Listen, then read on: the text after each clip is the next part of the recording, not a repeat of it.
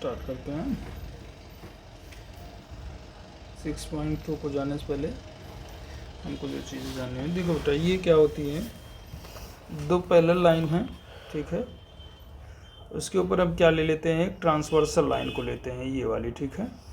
ये वाली तो ये दोनों क्या हैं, आपस में मिलेंगी नहीं, पैरेलल ही समझो।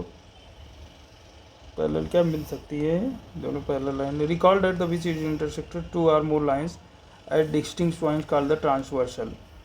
अच्छा, इसको ट्रांसवर्सल की है। Line L intersect line M and M. M और एन को क्या कर रहा है, यल इंटरसेक्ट कर रहा है। और transversal for line M and N observe that the four angle are formed at each point P and Q. चार एंगल, एक एंगल ये है 2, ठीक, 3 और 4, ठीक, ये चारों एंगल। यहाँ भी 1, 2, 3, 4, ये नाम अलग अलग दे दिए, 1, 2, 3, 4, फिर 5, 6, 7, 8 ऐसे करके, ठीक। अब देखो इसमें इंटीरियर कौन से होते हैं, ये इंटीरियर है, ये इंटीरियर है, ये अंदर है ना इसके अंदर में, तो that's is the interior angle. तो यहाँ से क्या बोल सकते हैं, और ये क्या है 1, 2, 8 और 7, ये क्या है एक्सटीरियर, मतलब बाहर है। तो 1, 2, 7, 8, 1, 2, 7 और 8, ये क्या है, are called the exterior angle.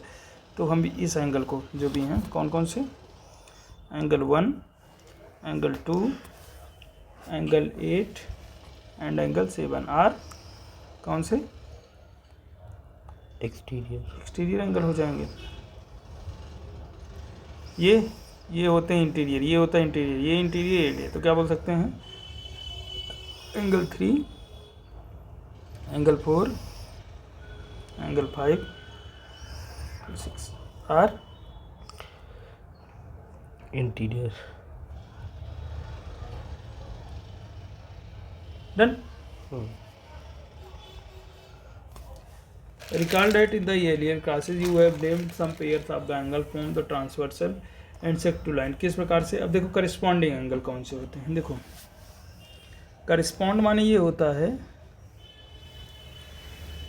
देखो ये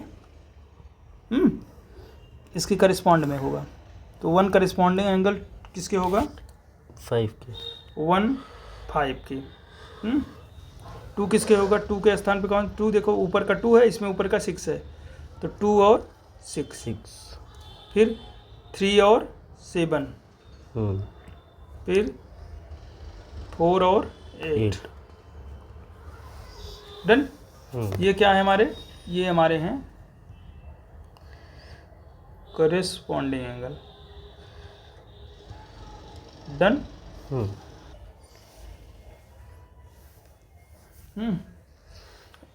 तो ये हमारा क्या हो गया, किसके बाद भी हो गए करस्पॉन्डिंग। अल्टरनेट इंटीरियर कौन से होते हैं, अब देखो हमें क्या करना है, अल्टरनेट क्या होता है, अल्टरनेट मतलब क्या होता है, उसके ही विपरीत में रहे। जैसे ये इंटीरियर रहे लेकिन अल्टरनेट माना विपक्ष में उसके, जैसे ये अल्टरनेट किसके हो जाएगी, ये वाले के, 6 वाले के, 4 6 के, 3 5 के, 2 एक्सटीरियर 2 का किससे हो जाएगा, इधर आना चाहिए, करस्पॉन्ड हो जाएगा, बट अल्टरनेट कौन हो जाएगा, 2 आ जाएगा 8 से, 1 किससे 7 से, आ रहा है समझ में। इसे क्या बोलते हैं, इसे बोलते हैं अल्टरनेट। अल्टरनेट कौन कौन सा, 4 है किसके, 6 के, ऑल्टरनेट एक्सटीरियर एंगल और ऑल्टरनेट इंटीरियर एंगल, और 3 है 5 के, ये क्या है 3 वाला 5 के, ये क्या है, देखो क्रॉस है ना, तो ये क्या है, इंटीरियर है, इंटीरियर थे, तो ये कौन से हो गए हमारे, इंटीरियर वाले हो गए,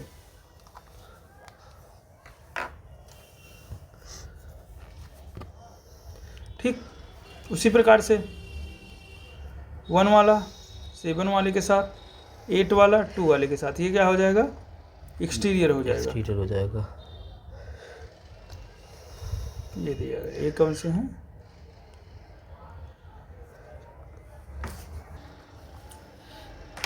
अब हमने ये दे इंटीरियर एंगल सेम साइड के हैं, इंटीरियर एंगल सेम साइड क्या हो जाएगा, ये इंटीरियर है, ये इंटीरियर, सेम साइड में ही होगा, 4 और 5, 3 और 6, 4 और 5, ऐसे एक्सटीरियर एंगल क्या होगा सेम साइड का, 1 8 के हो जाएगा और 2 7 के, ये क्या हो जाएंगे ये ट्रांसवर्सल सेम साइड आप द ट्रांसवर्सल के क्या हो जाएंगे, सेम साइड ट्रांसवर्सल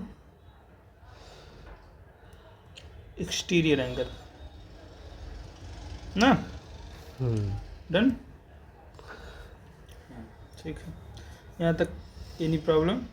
नहीं।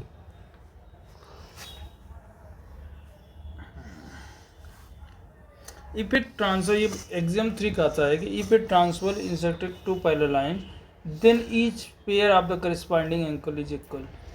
जो ये कह रहे हैं कि अगर कोई ट्रांसवर्सल इंसर्टेड दो पैरेलल लाइन को क्या करती है, ये और ये कोई लाइन क्या करती है, इंटरसेक्ट करती है, तब क्या होता है, then each pair of the corresponding angle. Corresponding angle कौन से होते हैं, एक दूसरे के जो करस्पॉन्डिंग आते थे ना, हाँ, करस्पॉन्डिंग एंगल कौन कौन से थे, ये थे जो इंटीरियर का 1 5 के, मतलब एक्सटीरियर के इंटीरियर ये 1 और करस्पॉन्ड में 1, जैसे ये अपर का था तो अपर का 5 2 6 4 8 3 7, तो ये क्या होते हैं, इक्वल होते हैं करस्पॉन्डिंग एंगल।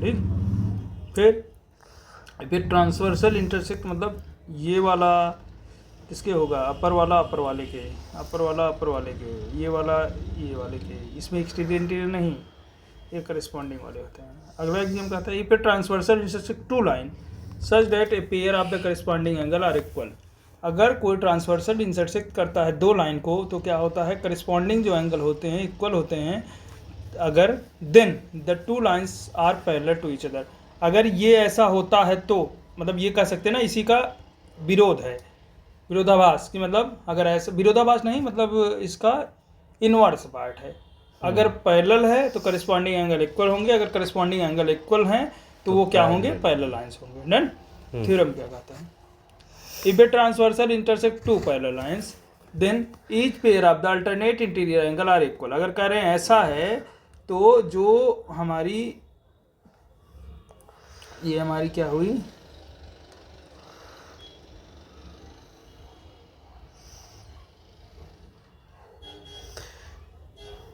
ठीक, अब ये कह रहे हैं ये एंगल बनता है, हमने ले लिया 1 2 3 4 जैसे भी लो तुम्हारी मर्जी, वो तो बस वेरिएबल है, हमने ले लिया यहाँ पे 5 6 8।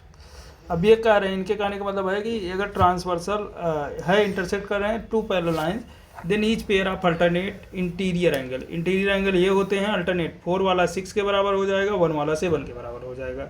ठीक, अब उसी प्रकार से 6.3 में क्या कहते हैं कि the transversal such as alternate interior angle equal हो गया। इसी प्रकार से क्या होगा, एक्सटीरियर वाले भी होंगे।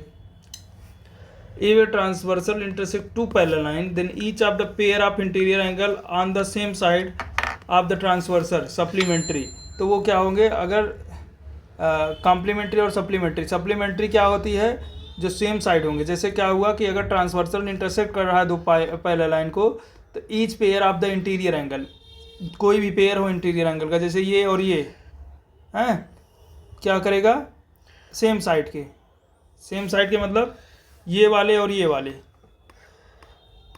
सेम साइड के हैं, तो ये क्या बनाएंगे 180, सप्लीमेंट्री माने 180 डिग्री बना देंगे। ठीक, मतलब जैसे यहाँ x होता है, यहाँ y होता है, तो x + y = 180 डिग्री। अगला, if transversal intersect two lines such that a pair of the interior angle on the same side the transversal is supplementary then the two lines are parallel. वही कह रहे हैं कि अगर ऐसा सप्लीमेंट्री होता है, फिर वही कह दिए कि नेसेसरी और सफिशिएंट कंडीशन रहेगा, अगर ऐसा है तो फिर क्या हो जाएगा, ऐसा हो जाएगा। हाँ, ठीक, इसी पे क्या होती है, हमारी खत्म होती है। और कुछ है इसमें नहीं है, एक थ्योरम है। थ्योरम, थ्योरम क्या कहता है, lines which are parallel to the same line are parallel to each other. अगर कोई लाइन है वो पैरेलल है सेम लाइन के, तो वो क्या होंगे, एक दूसरे के सदैव पैरेलल होंगे। ठीक, जैसे मान लो हमने एक लाइन ये ले लिया डन, और दूसरी लाइन हमने ये ले ली डन, तो ये दोनों लाइन कभी मीटअप नहीं करेंगी और ये एक दूसरे के क्या हो जाएंगी, पैरेलल ही रहेंगी। ठीक है,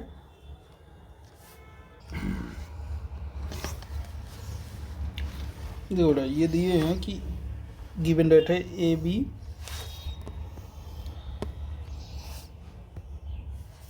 ए बी क्या है, सी डी के पैरेलल है, तो ये पैरेलल है, सी डी ई एफ के पैरेलल है, ठीक। और ये वाली कौन सी है, ये ट्रांसवर्सल लाइन है, इस पे कौन सी, एफ। हमें दिया है वाई और जेड, वाई ये 3 के रेशियो में है और ये क्या है, जेड जो है 7 के रेशियो में। क्या करेंगे हम, यहाँ कोई एंगल मान लेंगे वो, ठीक। अब हम क्या करेंगे, पहले लीनियर पेयर की वजह इंटीरियर करस्पॉन्डिंग एंगल है थ्योरम से, x प्लस वाई की वैल्यू क्या हो जाएगी, 180 के बराबर हो जाएगी, ठीक है। तो इसको स्टार्ट बताते हैं आगे।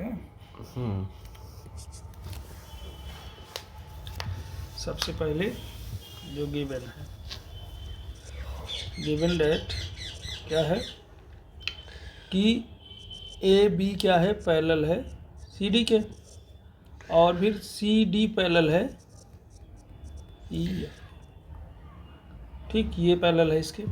अब और F is transversal, done. Yes क्या है, ये ट्रांसवर्सल लाइन। अब क्या होगा, angle X plus angle Y बराबर क्या हो जाएगा, 180 by same side corresponding angle by same side corresponding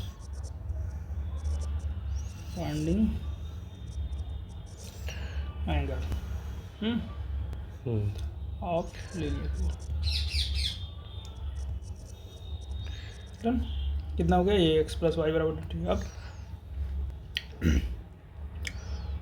इसको हम y मान लेते हैं। अगर y मान लेंगे सेम साइड, ये y, ये वाला क्या हो, o हो जाएगा, ये o मान लेते हैं। हाँ। अब हमारा अगर देखेंगे ये o plus Y, angle o plus angle y कितने के बराबर हो जाएगा, angle y plus angle o बराबर किसके हो जाएगा, 180 के भी हो जाएगा, क्योंकि ये स्ट्रेट लाइन लीनियर पेयर में हो जाएगा। और ये o और z के बराबर होगा, तो हम o को क्या मान सकते हैं, z मान सकते हैं। तो इसको लिख सकते हैं ना, अंडर रूट वाई प्लस वो angle y plus angle z बराबर किसके हो जाएगा, 180 के। लिख देते हैं कुछ, angle y plus angle o is equal to 180 by linear pair, ठीक। यहाँ से एंगल o बराबर किसके है, एंगल z के, तो इसको इसमें रख देते हैं। Angle y plus angle z equal to किसके हो जाएगा, 180 के। लेट एंगल क्या है, एंगल को हम मान लेते हैं, क्या मान लें, एंगल को ए W मान लेते हैं।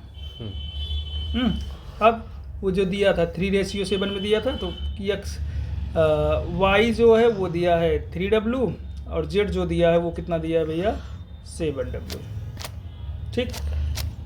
अब यहाँ पे रख देते हैं 3W, इसको हम इक्वेशन 1 दे देते हैं, ठीक। Putting value in equation 1, done. 3W plus 7W equal to 180 degree, 7 3 10, 10W equal to 180 degree. तो यहाँ से W की वैल्यू कितनी आ जाएगी, 18, 180/10, 0 से 0 कट गया, कितना आ गया, 18 डिग्री आ गई। हमें जो चाहिए थी देखते हैं, यहाँ रख देते हैं। y बराबर कितना था, 3W, W की वैल्यू रख देते हैं, तो 3 × 18 54 डिग्री आ गई।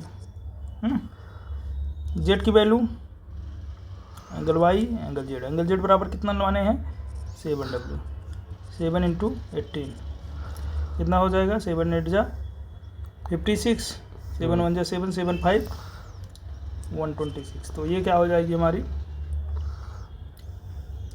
और अगर x की भी निकालना चाहो तो जहाँ ये थे यहाँ पे रख दो। अब यहाँ से हमें angle x plus angle y बराबर 180 था। हमको एंगल वाई पता लग गया है, एंगल वाई कितना है 54, तो एंगल एक्स की वैल्यू क्या आ जाएगी 180 माइनस 54, ये कितना आ जाएगा 10 में से 4 गए 6 और 8 है 7 हो जाएगा, 7 में से 5 गए 2, 126 ही आ जाएगा ना, ये तो आएगा। हाँ ठीक है। तो क्योंकि ये इसलिए आ रहा है क्योंकि एक्स और जेड की वैल्यू दोनों सेम आई होगी, तो ये इसके करस्पॉन्डिंग में बन रहे हैं और वो हैं, तो ये दोनों क्या होंगे एक्स और जेड बराबर होते हैं। यहाँ से भाई ये कितना है 126 आया है, वाई कितना आया हमारा 54 आया है, जेड कितना आया हमारा 126 आया है। तीनों वैल्यू क्या है पता लग गई, ठीक है 126। तो ये क्वेश्चन तुम क्या करोगे कर लोगे।